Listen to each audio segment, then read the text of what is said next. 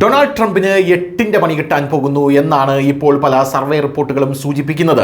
അമേരിക്കക്കാർ സമ്പൂർണ്ണമായ ഒരു തകർച്ചയിലേക്ക് പോവുകയാണെന്ന് ഇപ്പോൾ പറയുന്നത്. US പ്രസിഡന്റായിട്ടുള്ള ട്രംപിന്റെ താരിഫ് ബോംബ് അമേരിക്കയിൽ തന്നെ വീണ് പൊട്ടിത്തെറിച്ചതായിട്ടാണ് ഇപ്പോൾ റിപ്പോർട്ടുകൾ സൂചിപ്പിക്കുന്നത്. ഉദാഹരണം, നമ്മുടെ രാഹുൽ ഗാന്ധിയുടെ അണുബോംബ്, അത് രാഹുൽ ഗാന്ധിയുടെ മുട്ടിൽ തന്നെയാണ് വീണ് പൊട്ടിയത്. അതിനുശേഷം ഇതാ ഹൈഡ്രജൻ ബോംബുമായിട്ട് രാഹുൽ ഗാന്ധി വരുന്നു എന്ന് പറയുന്നു. ഇപ്പോൾ ഇതാ ഡൊണാൾഡ് ട്രംപിന്റെ ഈ താരിഫ് ബോംബ് ഡൊണാൾഡ് ട്രംപിന്റെ തന്നെ മുട്ടിൽ വീണ് പൊട്ടിയിരിക്കുകയാണ്. ഇത് ആഗോള റേറ്റിംഗ് ഏജൻസി ആയിട്ടുള്ള മൂഡിസ് ആണ് അവകാശപ്പെടുന്നത്.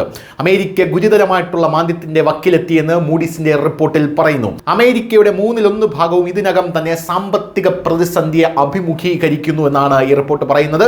ഈ സാഹചര്യത്തിൽ വിവിധ രാജ്യങ്ങൾക്കെതിരായിട്ടുള്ള ട്രംപിന്റെ ബോംബ് കാരണം അമേരിക്കയുടെ സാമ്പത്തിക സ്ഥിതി കൂടുതൽ വഷളായിരിക്കുകയാണെന്നാണ് റിപ്പോർട്ടുകൾ പറയുന്നത്.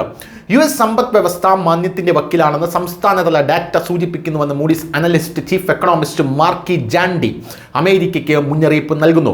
അമേരിക്കയുടെ GDPയിൽ ഏകദേശം 1/3 സംഭാവന ചെയ്യുന്ന സംസ്ഥാനങ്ങൾ പോലും വലിയ രീതിയിലുള്ള മാന്ദ്യത്തിലാണ്.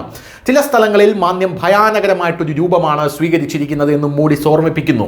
GDP വളർച്ചയും പണപ്പെരുക്ക കണക്കുകളും സാമ്പത്തിക വിജയത്തിന്റെ അളവുകോലായി ട്രംപ് കണക്കാക്കുന്നു. താരിഫുകൾ പോസിറ്റീവ് സ്വാധീനം ചെലുത്തുന്നുണ്ടെന്ന് ട്രംപ് നാൾക്ക് നാൾ അവകാശപ്പെട്ടുകൊണ്ടേയിരിക്കുകയാണ്. എന്നാൽ USA ഗുരുതരമായിട്ടുള്ള മാന്ദ്യത്തെ അഭിമുഖീകരിക്കുന്നു എന്നുള്ളതാണ് ഗ്രൗണ്ട് ലെവലിൽ നിന്നുള്ള റിപ്പോർട്ടുകൾ സൂചിപ്പിക്കുന്നത്.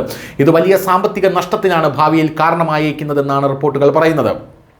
തൊഴിലവസരങ്ങൾ ഇല്ലാതാകുന്നു, സംസ്ഥാനങ്ങൾ മാന്ദ്യത്തിന്റെ പിടിയിലേക്ക് പോകുന്നു എന്നാണ് മൂഡീസ് പ്രധാനമായും ഓർമ്മിപ്പിക്കുന്നത്. മൊത്തം GDPയിലേക്ക് സംഭാവന ചെയ്യുന്ന സംസ്ഥാനങ്ങളിൽ 1/3 ഭാഗവും മാന്ദ്യത്തിനെ അഭിമുഖീകരിക്കുന്നുണ്ടെന്നും ഇവിടെ മാന്ദ്യത്തിന്റെ പ്രതിസന്ധി രൂക്ഷമാണെന്നും റിപ്പോർട്ടിൽ ജാൻഡി പറയുന്നതോടൊപ്പം തന്നെ ഇവിടെ തൊഴിലവസരങ്ങൾ നഷ്ടപ്പെടാൻ പോകുന്നുവെന്നും പറയുന്നു. പോരാത്തതിന് സർക്കാർ ജോലികളുടെ കുറവ് കാരണം ഈ പ്രതിസന്ധി കൂടുതൽ ഗുരുതരമായി കൊണ്ടിരിക്കുകയാണെന്ന് പറയപ്പെടുന്നു. വടക്ക് കിഴക്കൻ മിഡ്വെസ്റ്റ്, വാഷിംഗ്ടൺ DC മേഖലകളാണ് ഏറ്റവും കൂടുതൽ ബാധിക്കപ്പെട്ട മേഖലകൾ. അവിടെ തൊഴിലവസരങ്ങളില്ല. ട്രംപ് സർക്കാർ രൂപീകരിച്ചതിന് ശേഷം ജനുവരി മുതൽ മെയ് വരെ വാഷിംഗ്ടൺ DCയിൽ 22,100 പേർക്കാണ് സർക്കാർ ജോലി നഷ്ടപ്പെട്ടത് എന്നും ഈ റിപ്പോർട്ട് സൂചിപ്പിക്കുന്നു. തുടർച്ചയായ 6ാം മാസവും മാനുഫാക്ചറിംഗ് PMI അത് താഴേക്ക് പോകുന്നു എന്നുള്ളതാണ് അമേരിക്ക ആശങ്കപ്പെടുത്തുന്ന മറ്റൊരു കാര്യമെന്നും മൂഡീസ് പറയുന്നു. വിവിധ രാജ്യങ്ങൾക്ക് മേൽ താരിഫ് ചുമത്തി അമേരിക്കയിൽ ഉൽപ്പാദനം വർദ്ധിപ്പിക്കാനാണ് ട്രംപ് ആഗ്രഹിക്കുന്നത്.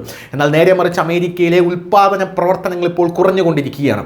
2025 ഓഗസ്റ്റിൽ അമേരിക്കയുടെ ഉൽപ്പാദന PMI 48.7 കുറഞ്ഞു. 2008 മഹാമാന്ദ്യത്തെക്കാൾ മോശമാണ് ഫാക്ടറി സ്ഥിതി എന്ന് മൂഡീസ് അവകാശപ്പെടുന്നു. അമേരിക്കയിലെ ഉൽപ്പാദന PMI തുടർച്ചയായി 6 മാസമായി കുറഞ്ഞുകൊണ്ടിരിക്കുകയാണ്. ട്രംപ് സർക്കാരിന്റെ താരിഫുകൾ കാരണം അവിടുത്തെ ഫാക്ടറികൾ കഷ്ടപ്പെടുന്നു. താരിഫുകൾ അമേരിക്കയ്ക്ക് ഗുണം ചെയ്യുന്നില്ല, മറിച്ച് നഷ്ടം വരുത്തുന്നുവെന്ന് ഇത് വ്യക്തമായി സൂചിപ്പിക്കുന്നു. വർദ്ധിച്ചു വരുന്ന പണപ്പെരുപ്പം കാരണം ഉൽപ്പാദന ചെലവും വർദ്ധിച്ചിരിക്കുകയാണ്. കൂടാതെ താരിഫ് കാരണം പല രാജ്യങ്ങളും അമേരിക്കയ്ക്ക് ബദലുകൾ തേടുന്നതും വലിയ രീതിയിലുള്ള പ്രതിസന്ധിക്ക് കാരണമായിട്ടുണ്ട് എന്ന് മൂഡീസ് പറയുന്നു. News desk, news India Malayalam.